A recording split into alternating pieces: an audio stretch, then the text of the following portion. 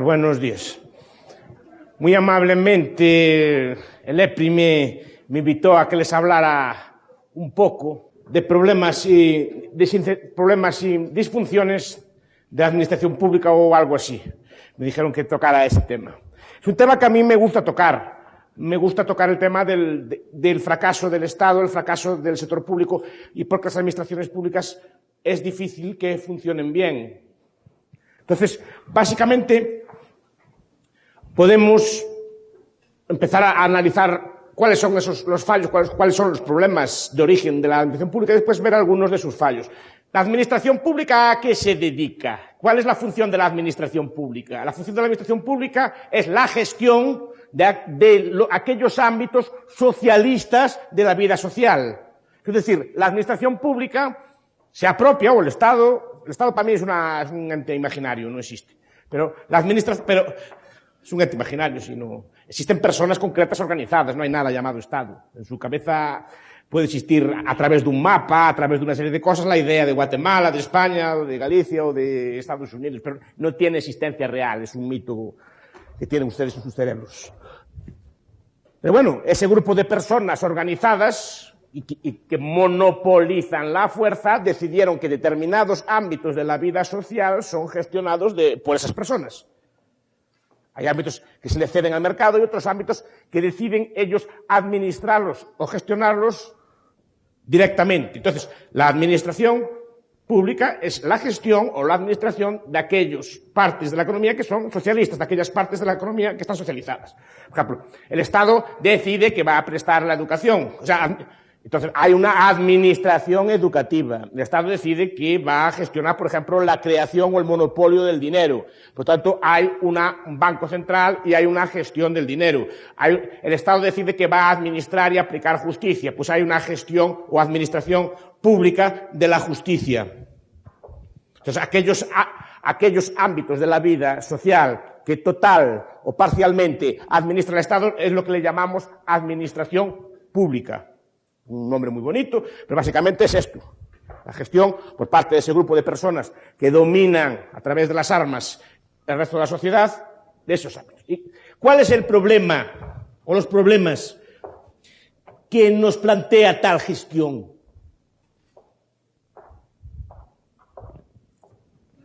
Pues dos. Así a prevista, dos.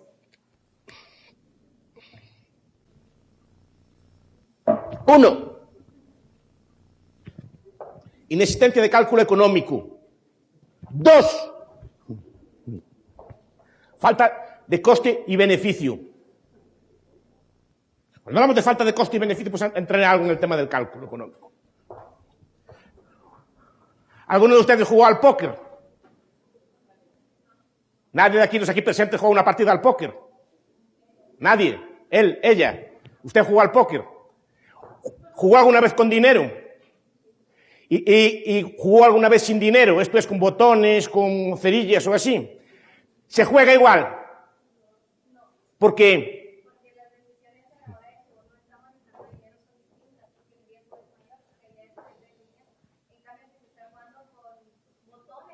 Sí. Muy buena definición. La señorita cuando juega al póker con dinero, asume los beneficios y asume las pérdidas directamente, ¿sí o no? Cuando juego con botones no asume ni beneficios ni asume pérdidas, ¿a que no? Pues ahí tiene la diferencia entre la gestión pública y la privada. Se juega distinto a las cartas, con distinta prudencia, cuando hay un beneficio y una pérdida que cuando no lo hay. Entonces es la diferencia entre administración pública y una empresa totalmente privada, es que en una usted asume los beneficios y las pérdidas y juega de una forma, juega con prudencia, no arriesga demasiado o arriesga si piensa que puede ganar, y la otra forma simplemente se limita a administrar lo que hay y juega, pues juega con riesgo. Usted se mete jugando sin dinero, usted hace todo tipo de apuestas, hace todo tipo de cosas, ¿qué más da? Se pone a hacer aeropuertos faraónicos, se pone a hacer todo tipo de empresas, se pone a hacer todo tipo de subvencionar todo tipo de cosas, porque el dinero no es suyo. Entonces, ¿qué más da que se gane o que se pierda? No tiene ni incentivo ni a ahorrar, ni a hacerlo bien. No gana ni pierde. Entonces, falta el elemento esencial de la economía de mercado, que es el cálculo de beneficios y costes. Si falta el cálculo de los beneficios y costes, no tenemos forma humana de orientar la producción, lo que debe ser producido, cómo debe ser producido. No sabemos, al carecer de esa propiedad privada, de esa forma de juego, no sabemos si debemos, no tenemos ningún tipo de criterio racional, ni tenemos la información necesaria, por ejemplo, para saber si debemos invertir más en educación o menos, más en sanidad o menos, más en obras públicas o menos, más en justicia o menos. Porque no sabemos, no tenemos la información de cuál es el sector que la sociedad realmente demanda. Y los criterios de administración de esos bienes son puramente políticos. Responden a la presión de grupos o responde a quién en cada momento está ocupando los aparatos o los puestos de poder en esa estructura hipotética que le llamamos Estado. O sea, carecemos, eso es el principal. No sabemos si tenemos que tener más juzgados o menos juzgados, no sabemos si tenemos que tener más escuelas o menos escuelas. Los criterios son meramente cuantitativos. No sabemos si tenemos que ampliar el aeropuerto de La Aurora o reducirlo. No sabemos incluso si una empresa pública da beneficios o da pérdidas, porque los cálculos de coste y beneficio de las empresas y organizaciones públicas son meramente contables, no son empresariales. Que cualquier empresa pública o administración pública debidamente financiada puede dar superávit, no hay límite. Es decir, y al revés, cualquier empresa pública con financiarla poco da déficit seguro. Pero ¿cuál es el...? Porque no se financian con aportaciones voluntarias, sino con aportaciones políticas. Que sea deficitaria o que de beneficios, es una cuestión meramente de los presupuestos que se le asignen en cada momento. No hay ningún tipo de cálculo contable. Es decir, es que el aeropuerto de La Aurora ingresó 10 millones de quetzales y gastó 11. Hay pérdida. O una empresa pública ingresó 12 millones de quetzales y gastó 10. En esa empresa hay beneficios. No hay beneficio ni pérdida ninguno. Simplemente depende de una aportación. No es el beneficio o la pérdida son meramente contables. No hay un beneficio o una pérdida real. Simplemente depende de que si la asignación de origen es suficiente o no para mantener ese aparato. Pero no tiene... Si ese aparato es o no el correcto, no lo sabemos. Si la asignación presupuestaria que le damos es o no correcta, tampoco lo sabemos. Ni lo podemos saber. 2. Entonces, el segundo punto que vamos a tocar aquí. Cálculo económico. Algunos de ustedes ya le hablé de esto. Los aquí presentes. Pero también se le aplica a la organización pública. ¿Quién sabe explicarme a los aquí presentes cuál es el teorema de la imposibilidad del cálculo económico en el socialismo? ¿Cómo? No hay precios, efectivamente. ¿Y en qué consiste el argumento? Como saben ustedes, las críticas al socialismo siempre venían pues, de la falta de incentivos. La crítica clásica de Mallock, por ejemplo, es la crítica del socialismo no puede funcionar por falta de incentivos. Las críticas al socialismo siempre venían por esta línea. Si todo el mundo gana lo mismo, ¿para qué vamos a trabajar si vamos a ganar lo mismo? El sistema es un sistema absolutamente ineficiente porque nadie trabaja a ganar todo lo mismo. Es el argumento clásico. Pues a otros introdujeron, tipo Hayek, por ejemplo, en Camino de Servidumbre, argumentos de que el Estado en el socialismo tiene que ser necesariamente tiránico. Pues si el Estado controla todos los medios de producción, es un argumento que se puede usar también como una difusión de la administración pública. Si el Estado controla todos los medios de producción y es un Estado socialista, y ustedes quieren hacer una obra de teatro contra el régimen político, ¿dónde la hacen? ¿Dónde hacen la obra de teatro? Si quieren hacer un programa de radio criticando al gobierno, ¿dónde lo emiten? Si quieren educar a sus niños en otros valores, ya sean religiosos, ya sean económicos, ya sean morales, ¿dónde los educan? Si quieren editar un periódico ¿Cómo lo editan? Entonces, en la medida que el Estado monopoliza algún tipo de área social, simplemente restringe las libertades en ese ámbito social.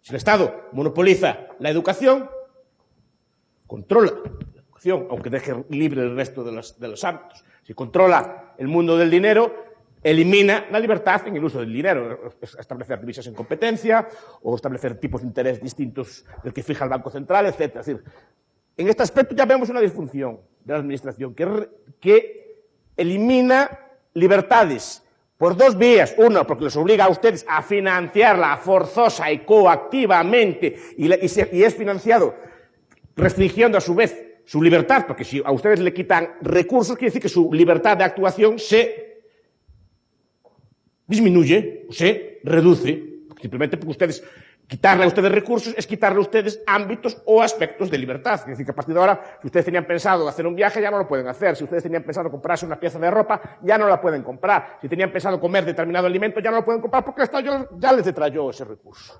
O sea, toda detracción de recursos es, por un lado, vía tributos, y le restringe la libertad por esa vía, y del otro lado, vía monopolio de la prestación de servicios, por lo tanto, es otro problema.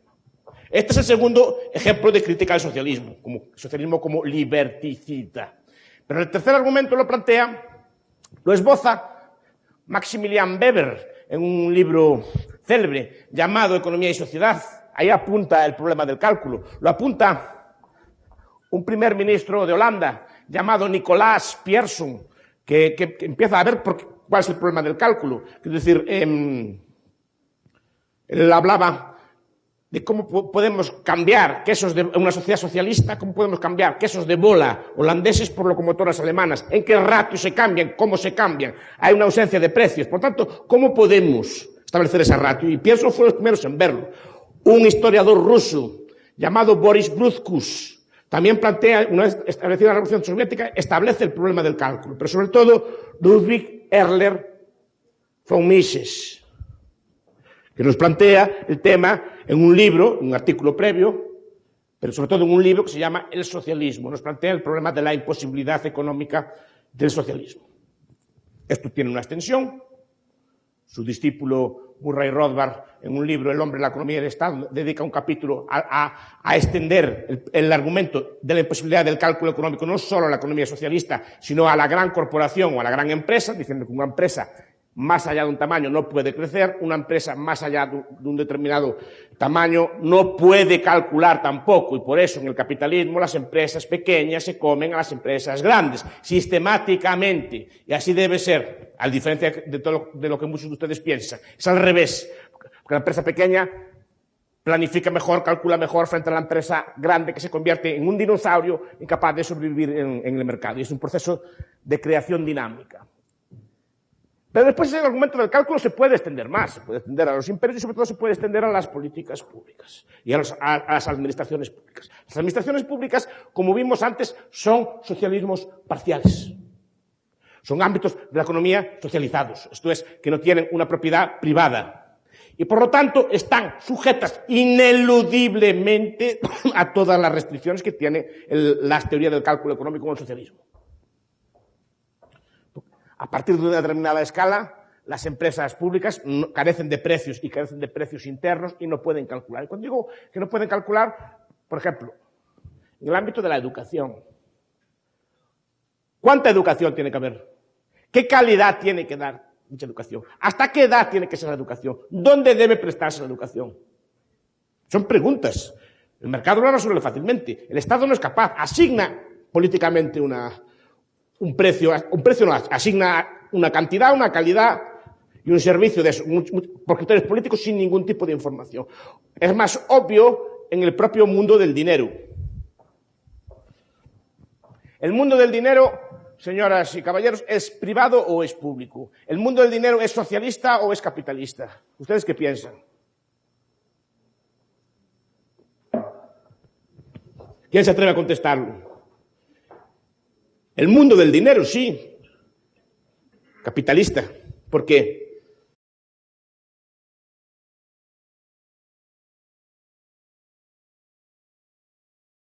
Bien. La pregunta que le hago a usted es la siguiente. ¿Quién determina la cantidad de dinero que tiene que haber en la economía? ¿Quién determina el precio que tiene que tener dicho dinero? ¿Quién determina la calidad de dicho dinero? Los consumidores. El Estado. ¿Pueden pagar con oro y plata aquí? ¿Pueden pagar con oro y plata? ¿Pueden pagar con moneda, yo que sé, de Holanda, ¿no? Con moneda de Suecia, por ejemplo? ¿Pueden pagar con coronas por ahí? Porque en Guatemala, ¿en qué dinero hay que pagar? En quetzal. ¿Y por qué? Porque es curso forzoso. Se llama curso forzoso eso. Cada Estado monopoliza la creación de dinero, determina lo que es dinero y lo que no es dinero. Por ejemplo, determina que el oro y la plata no se pueden monetizar. Determina eso, decreta que el único dinero válido es el quetzal. Cuidado, pero no solo el quetzal de papel, sino el quetzal bancario. O sea, ustedes cuando usan una tarjeta de crédito están pasando dinero de su cuenta a la cuenta del comerciante. Pero quiero decir que el dinero bancario, el depósito bancario, tiene exactamente la misma consideración que el dinero. Es decir, un apunte contable vale para que ustedes les den ropa, para que les den comida, para que les den carros, para que les den viajes, para que les den todo tipo de cosas. Eso es una degradación de la calidad del dinero, sobre todo porque buena parte de ese dinero es creado ex novo, es dinero creado de nueva creación, pero el Estado determina que ese dinero nuevo también es dinero, a través del llamado multiplicador bancario. Entonces, el Estado gestiona educación, sanidad, las obras públicas. ¿Cuántas carreteras tiene que haber en Guatemala? ¿Cuántas escuelas tiene que haber? ¿Cuántas universidades tiene que haber? Sobre todo escuelas primarias. ¿Cuánto dinero tiene que haber en Guatemala? ¿Qué precio tiene que tener? El Banco Central también fija el precio del dinero a través del redescuento. ¿Y cómo sabe que ese precio es el correcto? ¿Cómo puede saberlo? No tiene información. Al no haber propiedad privada, no sabemos si ese precio es el correcto o no. No sabemos si las escuelas, la justicia, la sanidad, las carreteras que hay son las correctas o no, y si tienen el coste adecuado o no, si hay demasiado pocas o hay demasiadas, no se sabe. Y tenemos la disfunción principal. Por eso funcionan mal los gobiernos, porque no tienen ningún tipo de referente con el cual determinar. Calculan por imitación, calculan por memoria, sobre todo calculan por política, según la presión pues, de los intereses o de los poderes que haya en cada momento en la sociedad guatemalteca. Si hay un gobierno de la izquierda, pues harán valer su fuerza sindicatos, determinados actores políticos que presionarán por determinados fines. Si gobiernan las derechas, pues habrá otros actores que presionan por otros determinados fines. Pero en cualquier caso de ellos, el criterio de asignación es político, no es económico, no hay cálculo.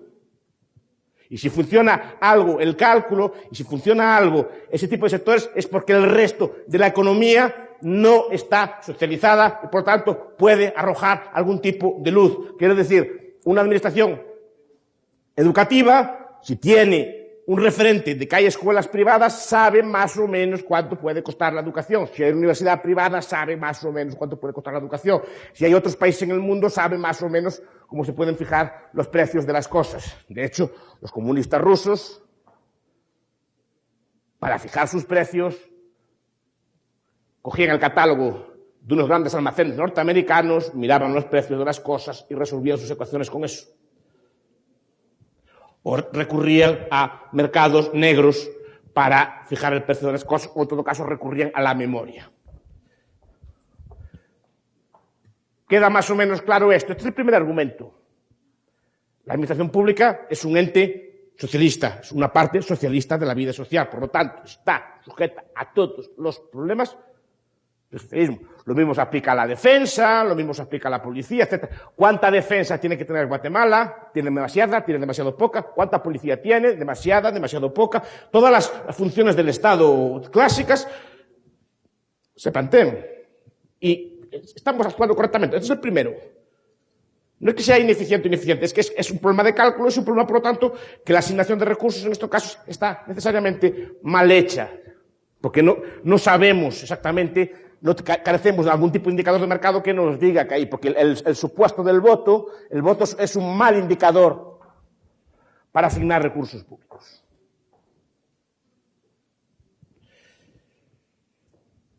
Por lo tanto,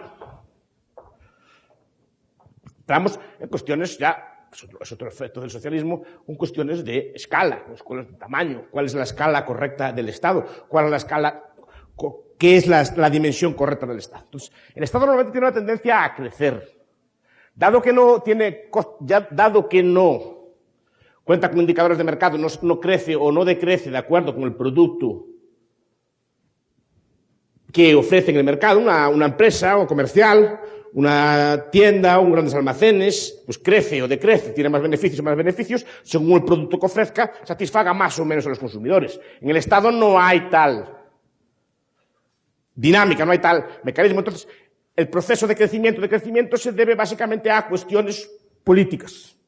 O sea, aquellos actores más fuertes en el gobierno, intentan expandir su ámbito de actuación a la sociedad civil. Y de hecho hay una tendencia expansiva a la administración civil. Entonces se dan problemas de intervencionismo. El Estado cada vez más interviene en más ámbitos sociales. Interviene a través de políticas en el mercado laboral, interviene a través de políticas en el medio ambiente, interviene a través de políticas en el patrimonio histórico, y va poco a poco incrementando su poder de actuación en todos los ámbitos de la vida social. Va incrementando poco a poco su poder de intervención en los ámbitos de la vida social. Y ahí lo vemos. Por ejemplo, al Estado le gusta mucho controlar los precios de las cosas. Le gusta mucho pues, fijar un precio, quitarlo, etcétera. El precio del pan, el precio de los alimentos, etcétera. Le gusta legislar sobre el medio ambiente. Todo eso implica un incremento enorme de su poder. Incrementa su capacidad de actuación en esos ámbitos y expropia ámbito por ámbito la propiedad privada. Ahora ustedes, su propiedad privada ya no es suya porque tienen que, antes de cambiarla, tienen que hacer un estudio medioambiental de tal forma que su casa pues, no se altere. O si tienen ustedes algún tipo de patrimonio artístico, como me contaba antes el profesor Garín, si tienen algún tipo de patrimonio artístico en su casa o heredaron algo así, pues su patrimonio artístico no es suyo, es del gobierno. Si se lo inventarian, se lo pueden quitar por principios de interés nacional. Y todo eso va creando un incentivo a crecer. Dos son las razones que explican, dos son las dinámicas que explican este mecanismo de crecimiento, este imperialismo burocrático. Uno, por ejemplo, lo explica un señor que se llama Parkinson, cuando habla de las burocracias. Y nos dice, el interés burocrático es crecer. Si yo soy un policía,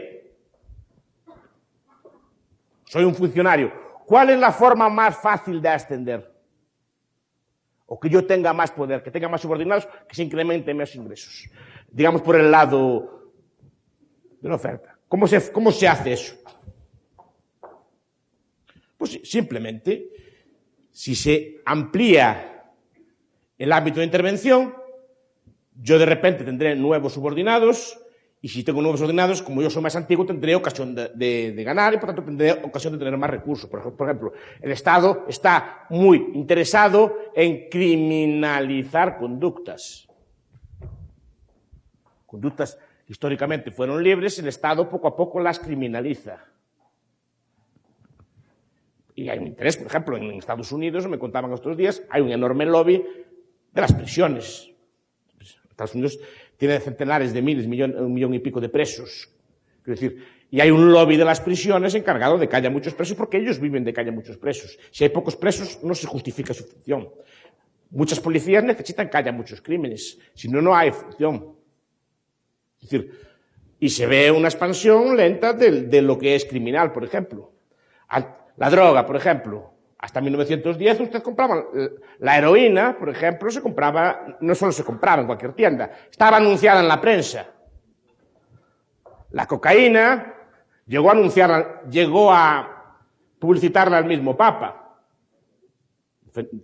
vendiendo vino de cocaína a Mariani. Hay propaganda con el Papa como reclamo para los consumidores. La heroína se usaba para el jarabe para los niños y se vendía en todas partes. Y así todas las drogas. En España, el opio se compraba en cualquier estanco, con el tabaco, con las demás cosas, sin problema ninguno. Pero de repente alguien decidió criminalizar eso y creó una dinámica perversa a criminalizar cada vez más cosas, porque no para.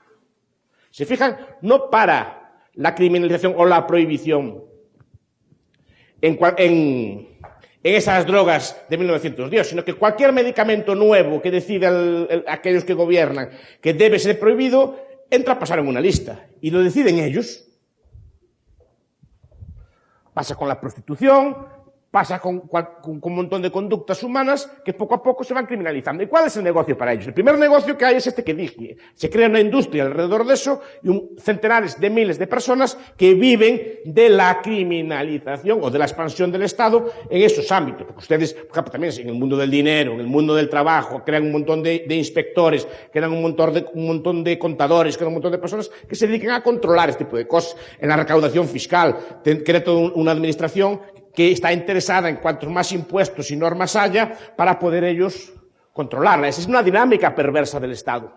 Es una dinámica de expansión del Estado. Y se expande, uno, por las buenas. Es decir, tenemos interés en cuantas más cosas el Estado intervenga, más posibilidades tenemos de ascender, más poder voy a tener yo como político y más podré ascender yo como policía, como burócrata, etc. Cuanto más policías haya, más fácil tengo yo ascender a jefe de policía, más fácil tengo yo que me suban el salario. Esto es la primera, una política de expansión burocrática. Pero dos, ya emparentamos con otro tema. No todo la actuación del Estado, digamos, es de cara a la luz. La actuación del Estado, aparte de estos beneficios, digamos, blancos que ofrece el Estado, ofrece muchos beneficios negros. Es decir, el Estado es una enorme fuente de rentas, o la intervención estatal es una enorme fuente de rentas en negros, una enorme fuente de rentas ilegales. Por ejemplo, en muchos países del mundo, más del 50% de los policías está involucrado en el narcotráfico. España, sin ir más lejos, buena parte, cuando las épocas del contrabando, las épocas del narcotráfico, buena parte de cuarteles enteros de la policía fueron detenidos por tener relación con el narcotráfico. Buena parte de los policías, en muchos países del mundo, estaban involucrados en negocios de prostitución. O están involucrados en negocios de tráfico de personas. Normalmente, quien protegía prostíbulos en muchos países del mundo son los policías. Quien protege el tráfico de drogas en muchos sitios del mundo son policías. No estoy diciendo que todos los policías se dediquen a eso, pero digo que es una enorme fuente de rentas para políticos y para burócratas. Porque se pueden extraer beneficios en A y se pueden establecer beneficios en B. No todos, obviamente, pero sí que es una fuente. De hecho, ¿quiénes son los principales enemigos de la despenalización de estas cosas? Los narcos y sus aliados en el gobierno. En todos los gobiernos y en todas las policías y burocracias son los principales enemigos porque se quedan sin negocio. Entonces, ahí tenemos esbozado, esto lo explica un señor que se llama Bruce Benson, en un libro que se llama Justicia sin Estado. Obviamente no estoy metiendo a todos los políticos en el mismo saco, etcétera, etcétera, pero que los hay, que están corruptos y que hacen estas cosas, sí, lo sabemos todos. Que no quiere decir que sean todos, pues sí que los hay. Y estas personas están interesadas en la expansión del Estado. Porque aquí tenemos otro elemento más. La cuestión en el medio ambiente, en todo este tipo de cosas hay así. Porque la consecuencia de esto que estoy diciendo es el fenómeno de la corrupción. ¿Qué es lo que causa la corrupción? ¿Quién se atreve a decirlo? ¿Dónde hay corrupción? En el mercado. ¿Perdón? ¿Dónde hay dinero? No. ¿Dónde sí? ¿Qué hay por allá arriba? ¿Dónde se limita? ¿Dónde hay algo regulado o algo limitado por el Estado? ¿Hay mercado negro o corrupción en el mercado de los bolígrafos, por ejemplo? Hay. ¿Hay corrupción en el mercado de del azúcar o de la sacarina?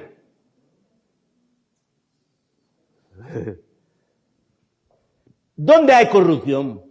¿Dónde está la plata, como dicen ustedes? ¿Dónde está el negocio? ¿En qué sectores hay corrupción? Por ejemplo, en el urbanismo. Ustedes pueden construir una casa donde le da la gana, de la altura que le da la gana y del color que le da la gana y como les dé la gana. No. ¿Y eso qué quiere decir? Que para ustedes hacer una casa, ¿qué requieren? Permiso. Y ese permiso entonces vale dinero, ¿sí o no? Y si hay dinero, ya hay un incentivo a la corrupción. De hecho, no sé aquí, en mi país los políticos más corruptos están sistemáticamente en el área de urbanismo, que es donde la firma del político vale dinero. Es decir, corrupción se da en cualquier sector que esté intervenido, porque si una persona quiere hacer algo, quiere hacer algún tipo de actividad, alguien se lo impide, hará cuentas y verá si le compensa sobornar al político o al funcionario para llevar a cabo esa función. Y cuanto más regulada e intervenida esté una economía, más corrupción habrá. Lo mismo sucede con las mafias. Las mafias lo que hacen es cubrir algún tipo de área de... ¿Dónde hay mafias? Por ejemplo, en los Estados Unidos. En los osos de peluche, en los lápices, en el agua mineral. ¿Dónde hay la mafia? ¿A qué se dedica la mafia? ¿Qué productos ofrece la mafia para comprar y vender? ¿Cómo? ¿Armas? ¿Por qué? Porque están prohibidas. ¿Qué más productos hay mafias? Droga. ¿Y qué tiene de peculiar la droga? La droga es un producto químico como cualquier otro producto químico. Cualquier fábrica un poco avanzada puede hacer cualquier tipo de droga. Cualquier farmacéutico es capaz de hacerle una droga. ¿Cuál es el problema de la droga? Que está prohibida. Pero la gente, a pesar de estar prohibida, sigue demandando droga. Y como sigue demandando droga, la mafia aparece para ofrecérsela. O juego. O otro tipo de bienes que en cada momento están prohibidos. En Cuba, por ejemplo, según me contaban, había mercado negro de leche condensada. Y había mercado negro, se usaba como una moneda de cambio. La leche condensada y la leche condensada, al ser monopolio del Estado y no poder comprar usted la leche condensada, se convierte en tráfico de mercado negro. Los mercados negros venden cualquier tipo de bien, siempre y cuando esté prohibido. ¿O que piensan que en Venezuela no hay mercados negros ahora, de pan o de cualquier producto de primera necesidad? De aceite o así, para estar los precios controlados, hay mercados negros de ese tipo de bienes. Y estoy seguro, si aquí le ponen un precio a cualquier bien o regulan cualquier bien, van a tener ipso facto un mercado negro. Entonces, tenemos el punto de vista de la corrupción. La corrupción tienen que analizarla en esta clave. La corrupción se debe básicamente a una falta de derechos de propiedad y a un exceso de intervención estatal en algún ámbito concreto de la vida social. Y siempre que prohíban algo, por esta vía van a generar algún tipo de mercado negro o corrupción. Y esto es una dinámica perversa del Estado. La corrupción, muchas veces la gente la culpa a los mercados, esta cosa así. No, la corrupción es derivada de la falta de mercados. Es un elemento que después, si quieren, podemos elaborar. Otro tercer maximando, otro tercer problema de la intervención estatal, de estos que apuntamos al principio, es un par de frases que el viejo y difunto Aaron Wildavsky explicaba en un libro célebre que se llama Speaking Truth to Power, diciendo la verdad al poder, The Art and Craft of Policy Analysis. Él decía, en el sector público se da curiosa paradoja, una curiosa y perversa dinámica. Que cuanto peor, mejor.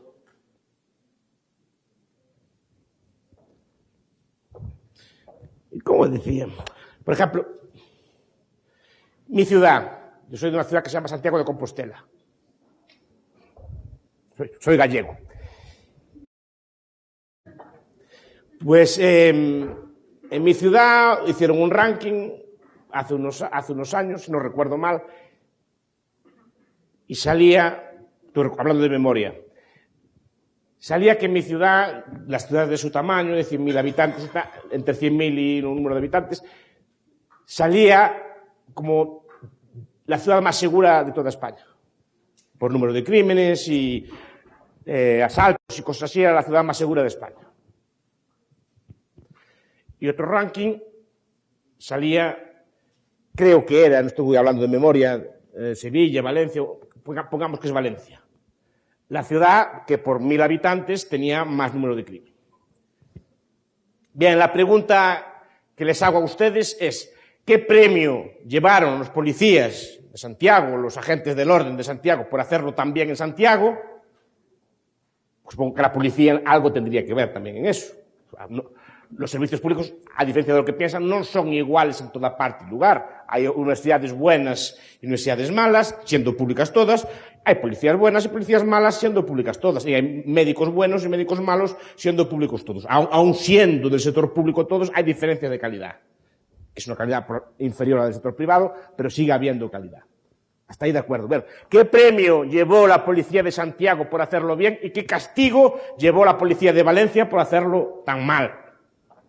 A ver, ¿quién se atreve a contestarlo? ¿Qué premio llevó la policía de mi ciudad por hacerlo bien? Efectivamente, le redujeron el presupuesto y le redujeron el número de personas. Dijeron, ya lo está haciendo bien, no hace falta tanto gasto en policía. ¿Y Valencia qué castigo llevó por hacerlo mal?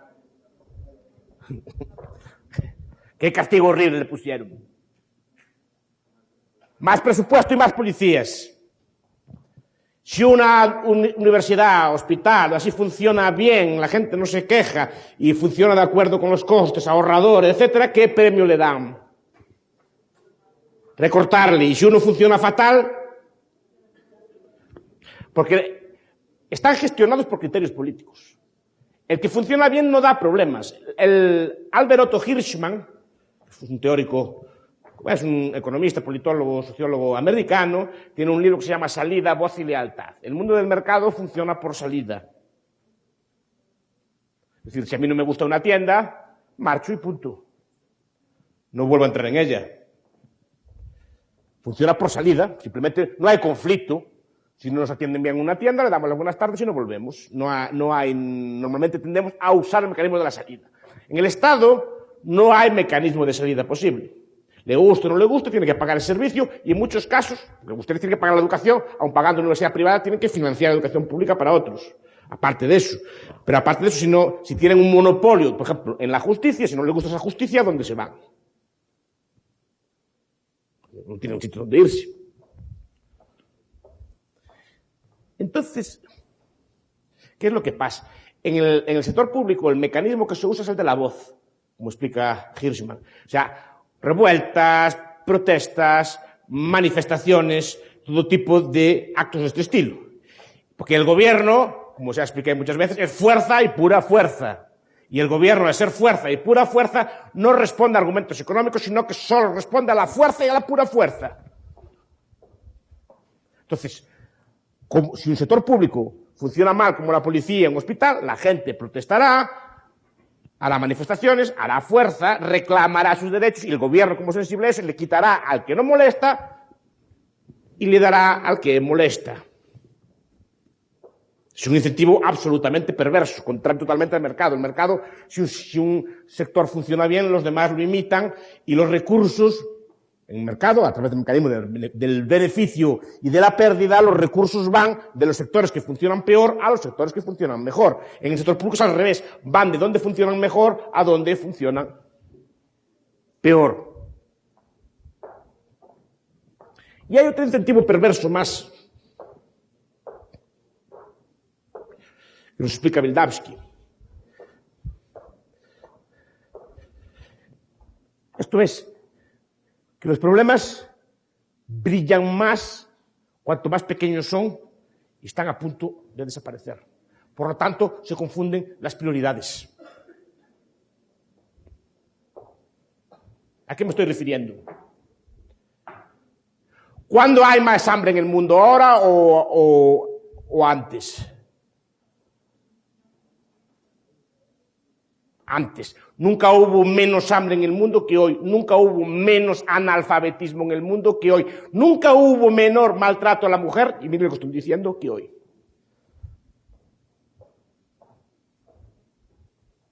Y soy consciente de lo que estoy diciendo. Y soy consciente que es un problema grave en su país, como en todos los del mundo. Pero aún así, y siendo un problema grave y muy grave, es un problema que se redujo mucho, por ejemplo, frente a hace 100 años. Muchísimo. Pero ¿qué pasa? Que en política brilla más cuanto más pequeño es el problema. Y esa falta de visión lleva a que olvidemos los problemas grandes y nos vayamos concentrando en los problemas que brillan. No quiere decir que esto no sea un problema. Claro que es un problema muy grave. Pero digo que el problema, si se fijan, brilla más cuando es menor el maltrato, no cuando es más maltrato. Es decir, por desgracia, por ejemplo, en España, hace 200 años así, matar a una mujer o así ni siquiera era delito. Y hoy en día, gracias a Dios, es delito y está perseguido. Pero está perseguido y se puede perseguir precisamente porque es pequeño. Igual que el analfabetismo se puede perseguir porque es pequeño. Igual que el hambre se puede tratar porque el hambre está reduciendo espectacularmente su tamaño. Pero eso, claro, es una cosa que tiene su lógica, pero que lleva a descuidar problemas sociales de otro estilo, que lleva a un mal cálculo de los problemas. Precisamente. Entonces, el problema brilla cuando es más pequeño y eso lleva muchas veces a pensar que estamos peor que nunca o a abordar medidas distintas cuando estamos abordando estos problemas. Y siguiendo este tema, pues les dejo a ustedes que discutan, porque ya veo que me dijeron que habrá 45 minutos y los cumplí explícitamente. Ahora me gustaría, si quieren, responder las preguntas que puedan tener o discutir conmigo, si quieren, si no están de acuerdo con lo que dije, o que les desarrolle algún tema. A ver qué estudiante tiene la EPRI. Quiero ver yo lo que mis alumnos a ver cómo educa Edu a sus alumnos. A eso vengo yo aquí a ver. Si los tiene bien criados o no, si esta gente que está aquí delante los tiene a ustedes bien criados o no. A ver, venga, empiecen. Si no van a dejar quedar mal a estos señores, me voy a reír de ellos después. Y a Edu también le voy a reñir, le voy a decir qué clase de gente tiene aquí. Si esta es una escuela de política o es una academia de corte y confección. A ver, señorita, diga usted.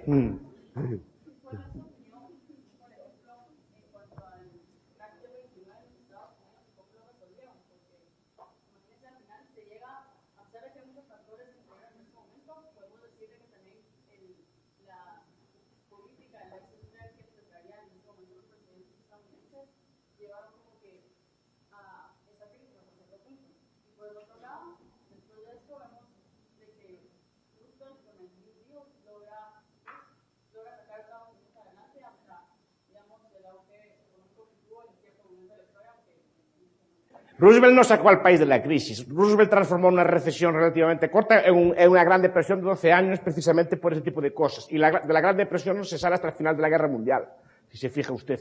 Las políticas públicas que se llevaron a cabo fueron las que agravaron la crisis. En una crisis de estilo no hay que hacer nada. Compare la crisis de 1929 con la crisis de 1920. ¿La conoce? La de 1920. ¿Qué pasó? ¿Cómo?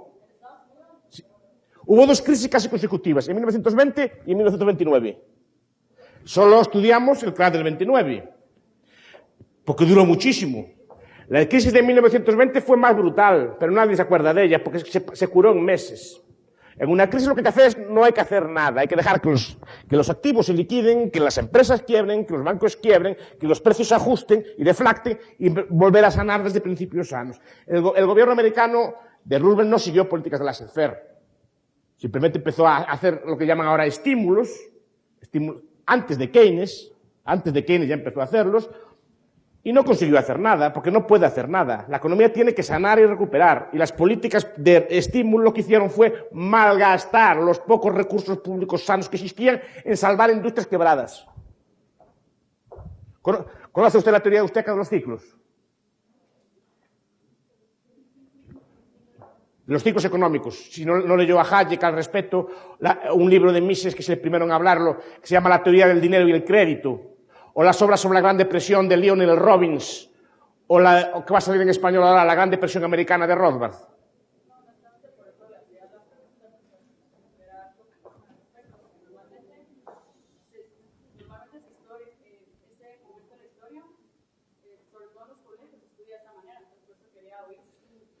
Sí, para nosotros la crisis es una crisis precisamente de cálculo económico.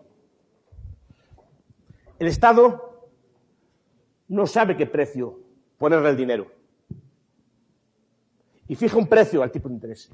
Y la política de los años 20, digan lo que digan Milton Friedman y Anna Schwarz, digan lo que digan ellos, en la historia económica de los Estados Unidos, hubo una expansión crediticia en los años 20, mal medida por ellos. Una bajada de tipo de interés. ¿Por qué es importante el tipo de interés?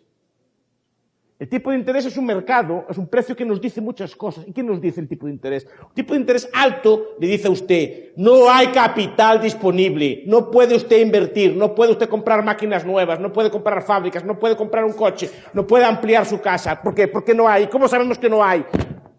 Por el tipo de interés alto.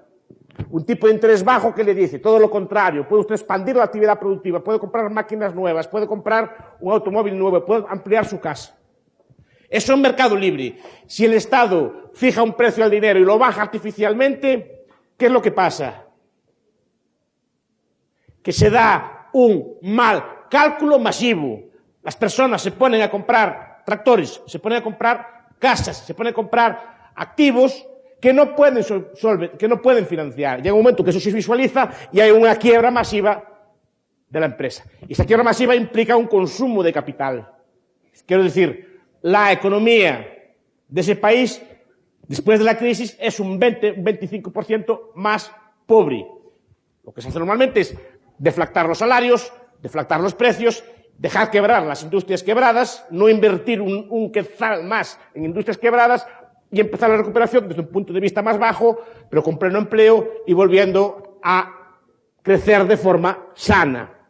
Lo que hacen los gobiernos es intentar salvar empresas, intentar salvar bancos y consumir el poco capital existente es salvar empresas quebradas. Y eso es lo que hace agravar más la crisis, que es lo que está pasando con la crisis europea. Lleva años y no tiene pinta de salir porque están haciendo todo lo posible para que no salga. Con políticas como el keynesiano de Milton Friedman. Es el que da nombre a esta aula. ¿Qué? En el tema de la seguridad nacional, que como todos sabemos es monopolio del Estado, ¿usted recomendaría que se privatizara? Siempre fue privado, señorita. Pero digamos, obedeciendo a la teoría, digamos, del Estado moderno, en la que es importante que el central recupere el poder, ¿verdad? Incluso las tropas romanas, ¿qué eran? ¿Privadas o mercenarios? ¿Eran mercenarios o las tropas estatales? Mercenarios. Las tropas que conquistaron, que lucharon en Europa, incluso que vinieron aquí, ¿qué eran? Eran mercenarios.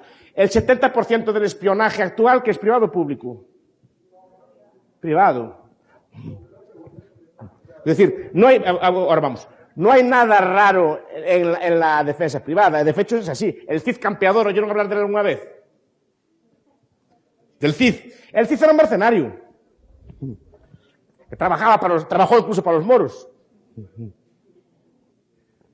La defensa y las policías fueron siempre privadas. No hay problema ninguno, y funcionaban bastante mejor. Eso funciona, y bastante menos dañinas, bastante menos criminales que los ejércitos del Estado. Tiene otro ejemplo, los corsarios. Los corsarios son buenos soldados privados. Los corsarios, por ejemplo, usted fleta un buque suyo, la única diferencia es que el Estado le da una patente, y usted se dedica a conquistar ingleses o gente de Belice. Ese es un negocio, pero no tiene por qué armar una burocracia estatal. Es usted quien combate a los otros. Y usted, como buena corsaria o como buena mercenaria, mataría mucho menos gente. ¿Por qué mataba mucho menos gente un mercenario? Yo solo quería dar un ejemplo, aterrizando un poco al caso guatemalteco.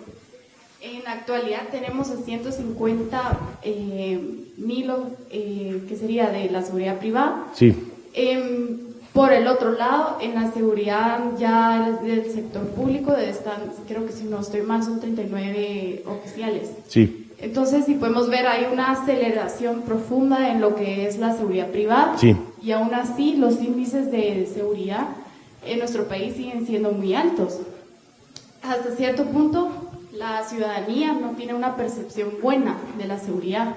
Entonces, ¿cómo esa realidad o esos números puede indicar de que la teoría de que todo debe ser privado no es que tú digas que lo fue?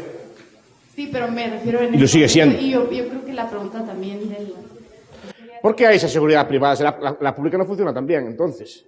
¿Por qué hay seguridad privada? Sí. Bueno, eso es a raíz de los tratados de paz del 96, de que se quiso descentralizar lo que iba a ser la Policía Nacional Civil, porque se encontraba, bueno, se creó de hecho, y se quisieron reducir en parte el presupuesto y las fuerzas armadas para generar otro mecanismo que fuera diferente, obviamente, a lo que la situación que estaba antes en los momentos de la guerrilla, etc.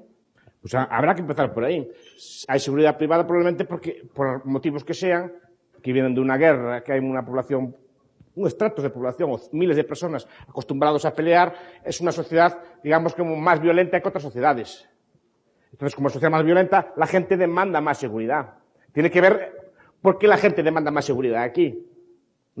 No porque funciona bien o mal, porque la gente demanda más seguridad aquí que en otros países. ¿Usted por qué cree? Es que no sé si es un problema de que la gente demande seguridad, sino es un problema de que el Estado no puede generar un mecanismo de seguridad eficiente. Ah, claro. Y en la ciudadanía se ha visto en este problema de tener que recurrir por sus propios medios, lo cual ha generado un problema, por ejemplo, las fuerzas ilegales que operan en muchos de los departamentos y las municipalidades, que se organizan y generan incentivos perversos, porque cuando un policía pretende ir en contra de estos cuerpos ilegales, no hay un proceso de... Incluso creo que el año pasado mataron a un miembro de la Policía Nacional Civil por eso mismo, porque agarran la justicia por sus propias manos, y eso en parte va acorde a la teoría predatoria del Estado, de que nosotros vimos de que esa teoría ha mostrado cómo a la medida que el Estado monopolice la seguridad, ha generado más seguridad en términos generales. Usted parte del punto de vista que la policía buena es la estatal y la mala es la otra, la legal es una y la legal es la otra, ¿y por qué tiene que ser así? No lo estoy viendo mal o bueno, pero sí creo de que la monopolización de la seguridad genera mayor estabilidad y más seguridad. Y usted usó otro concepto que fue que intenté criticar en esta clase, una cantidad eficiente de seguridad. ¿Y cómo la puede saber? No sé si me explico. El concepto de eficiencia es un concepto que vale para un motor diésel. Un motor diésel es eficiente. Una locomotora es eficiente. La seguridad pública nunca puede ser eficiente. Porque no hay un paradigma, no hay un benchmark, no hay una dimensión sola que pueda medirse. Yo puedo... A mí me gusta poner ejemplos extremos. Vamos a ver, si yo mato a todos los jóvenes entre 15 y 25 años, reduzco la delincuencia. ¿Sí o no? Si los mato a todos o los encarcelo a todos, la delincuencia la liquido porque son las edades que delinque la gente normalmente. ¿Pero sería eficiente eso? No, porque sería una injusticia enorme. Pero sí hay otros indicadores de eficiencia. Pero quiero decir, No hay, pero están en contraposición. Usted, por ejemplo, la forma más eficiente de acabar con la delincuencia sería esa. Ahora, ¿sería eficiente socialmente? ¿O sería enormemente injusto? ¿Ustedes qué piensan? Es decir, que la eficiencia tiene muchas dinámicas, depende de lo que haga el Estado. Es que la eficiencia, repito, es para un motor. Tantos litros de gasolina, tanta potencia, eso es eficiente. Pero una política pública nunca es eficiente, porque son muchas dimensiones y no está claro ese concepto. Es una transposición de elementos de la física a la ciencia social. Y no se puede hablar nunca de una política eficiente. ¿Eficiente para quién? Ahí está la cuestión. Diga usted, caballero. Bueno, ¿quién está? Sí, yo tengo una pregunta. Con respecto, usted dijo que el Estado también prohíbe muchas cosas a través de la promulgación de leyes, ¿verdad? Creando leyes que prohíben muchas cosas. Sí. Ahora bien, yo creo que esto se relaciona con la paradoja de que la gente, digamos, quiere más paz, pero se aumenta o se monopoliza más la seguridad.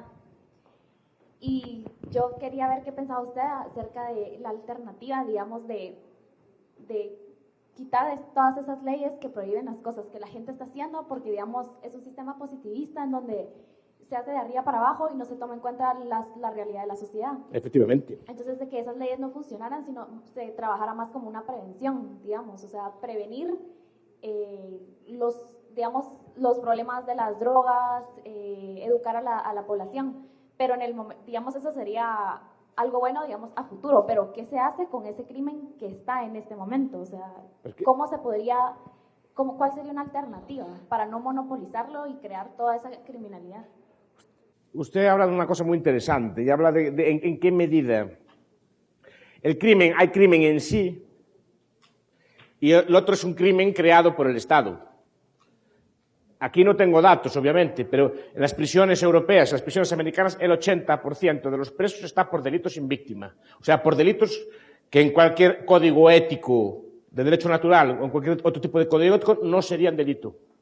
Y básicamente los presos están por droga, por juego o por prostitución, que en cualquier sitio del mundo no serían delito. Y en ese aspecto es la ley la que causa el crimen, no al revés. Es la ley que define conductas criminales que no son conductas criminales. Por ejemplo, a mí me contaron que por fumar aquí en Guatemala hasta pueden meterlo en la cárcel. Y eso es una cosa absurda, a mi modesta opinión. Fumar en determinados sitios, entiende, claro. Que puede la ley llegar a ser confiscatoria o llegar a ese tipo de extremos. ¿Eso es una ley de derecho natural o es una ley que el Estado dice que es criminal? Eli Hesker, el historiador, nos narra en su libro El mercantilismo que decenas de miles de personas, miles de personas, fueron ejecutadas en Gran Bretaña por comprar y vender telas. El Estado tenía un monopolio de unas telas llamado el calicó y no dejaba importar telas de otros países más baratas o de mejor calidad. Y a quien pillaban con una tela de esa lo ejecutaban por contrabandista. ¿Son criminales esas personas o no lo son? Son criminales porque así lo decide el Estado, no porque sean criminales en sí. Esas personas están comprando y vendiendo un bien libremente, no están haciendo daño a nadie. Pero el Estado decide que hacen daño y el Estado sanciona. Y el Estado tiene interés en ampliar ese tipo de prohibiciones, bien para defender a sus grupos, bien para defender a sus colectivos. No sé si más o menos es eso a lo que se refería usted.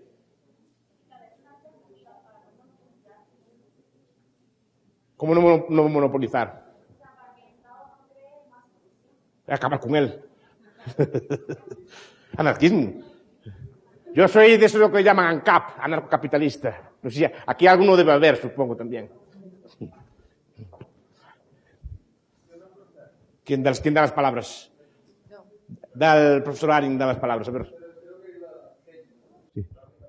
Bueno, estoy completamente de acuerdo en que el Estado no es en sí una figura física, sino es más en forma de constructo social, pero también aceptando que ha jugado un papel importante en el desarrollo de la humanidad como especie y como la civilización que hemos podido estudiar a lo largo del tiempo, tocando un tema más específico, no tanto en justicia, sino la violencia en sí.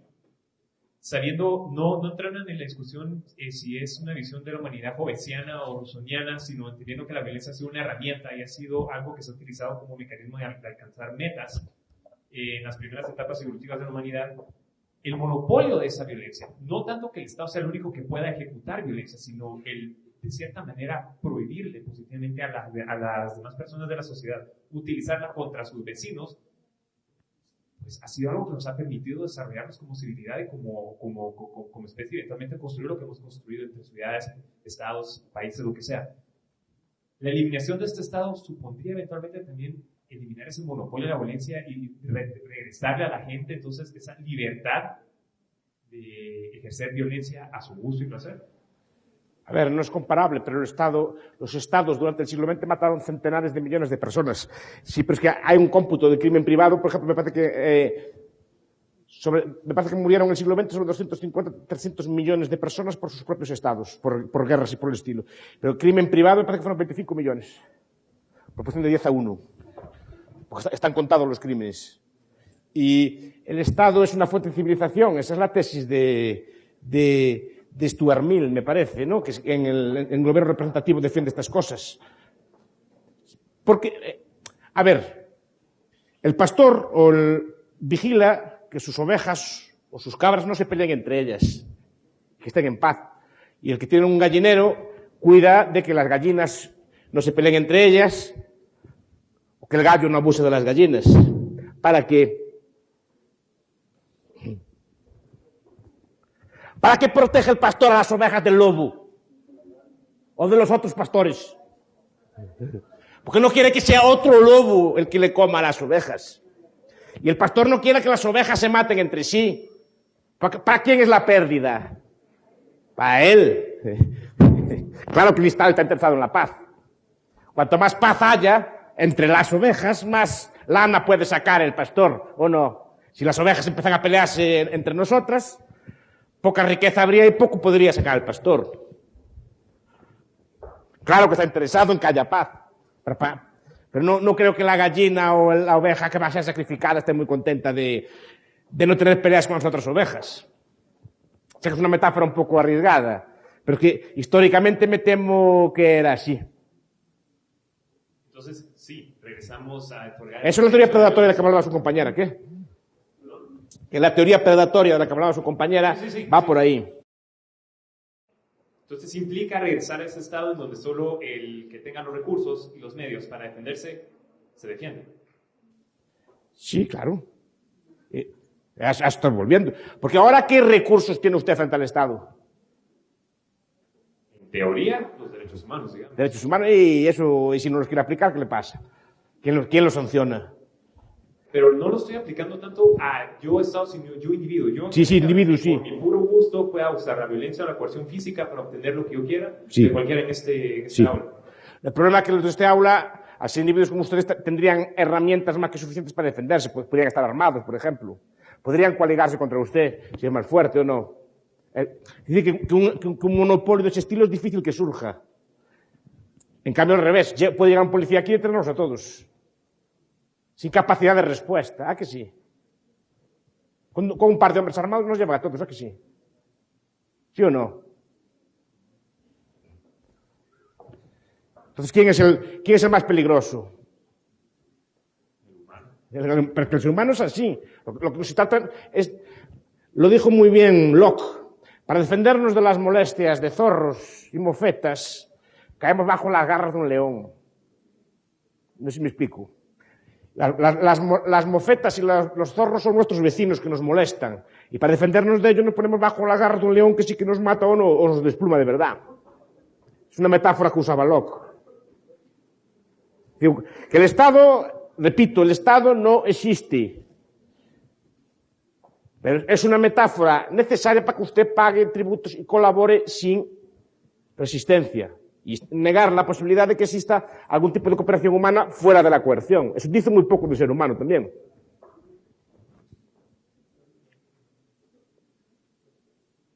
Aquí no les enseñan la teoría predatoria, eso se lo enseñan, ¿no? Estas cosas, sí. Digan. Vamos a ver una pregunta más. Ya terminamos Ya terminamos. Creo que había en su discurso una insinuación acerca de que en momentos de crisis no debe haber un no intervencionismo del Estado para que la misma economía vuelva a renacer. Pero partiendo del hecho también de que usted mencionó que es anarcocapitalista, yo creo que en términos económicos sí funciona lo que usted propone, pero cuando hablamos de la sociedad y quién es que realmente maneja el mercado, ¿cómo podemos proponer si nos basamos en el hecho de que el mismo ser humano, y no quiero sonar tampoco demasiado Hobbes, pero sí el hombre, podríamos decir, es el lobo del hombre y el Estado surge como una necesidad manifestada en diferentes sociedades de tener un ente específico que pueda regular las acciones en que el hombre se pueda convertir en un aparato de coerción? Pero ¿por qué el Estado sería un aparato en términos de dominio y de esta coacción? ¿Por qué el Estado sería más poderoso que lo que podría llegar a ser el individuo en sí a la hora de intervenir y de coaccionar a otro ser humano? Porque el Estado se encarga mucho de ser el monopolista de la violencia, es decir, que ser el único que tenga la violencia en un territorio. Y para eso, en muchos países del mundo, es el único que está armado, y es el único que tolera a los demás estar armados para que no le puedan plantar cara. Hayek tenía un capítulo, si ustedes lo leyeron, en Camino de Servidumbre, que se llama ¿Por qué los malos se colocan a la cabeza? No sé si lo leyeron ese libro. Pues tiene un capítulo explicando que en el mundo de la política, en el mundo del Estado, normalmente tienden a mandar los más malos y los más capaces de violencia. Entonces, para librarnos de las molestias, repito, de nuestros vecinos, caemos en las manos de los más malos. O sea, para librarnos de las molestias de unos hombres, le damos toda la capacidad de usar la violencia a una persona sola, y eso no acabo de entender yo dónde está la lógica de eso. Pero entonces, ¿por qué hasta el día de hoy las personas siguen buscando un refugio en el Estado y no hay sociedades que se pudiera decir absolutamente anarquistas, donde los hombres puedan manejarse a ellos mismos y vivir una vida como Rousseau? Simplemente porque no le dejan. A ver, ustedes estudiaron en la escuela todos, supongo, ¿no? ¿No? ¿Estudió en casa usted? Pues qué suerte tuvo. ¿En la escuela en Guatemala es obligatoria o no? No. Sobre el papel sí. Pero me refiero al contenido de la educación suya, ¿en qué consiste? ¿Qué? ¿Pero en qué consiste el contenido? ¿Qué estudian ustedes allí? ¿Historia de qué? O sea, historia del Estado. ¿Qué estudian? ¿Cómo vivían? No sé. ¿Qué comían los guatemaltecos del siglo XVII? ¿Dónde vivían? ¿Qué estudian? Al Estado de Guatemala, a los presidentes de Guatemala, eso es lo que estudian. Historia del Estado. Geografía. ¿Qué es geografía? Ríos, montañas, valles, ¿de dónde? De Guatemala, o sea, geografía del Estado. La geografía es el arma más manipuladora de todas las asignaturas que tienen ustedes. Lengua. ¿Qué lengua usan? La lengua del... ¿Y esa lengua? Porque castellano no aprenden el persa, por ejemplo. ¿Cuál es la lengua oficial del Estado de Guatemala? Entonces, ¿qué aprenden en las escuelas? La lengua del Estado de Guatemala. Así me gusta. Porque Belice, que está aquí al lado, creo que no la aprenden. ¿No? ¿Estudian la ética de la ciudadanía o no? ¿No estudian nada de ciudadanía?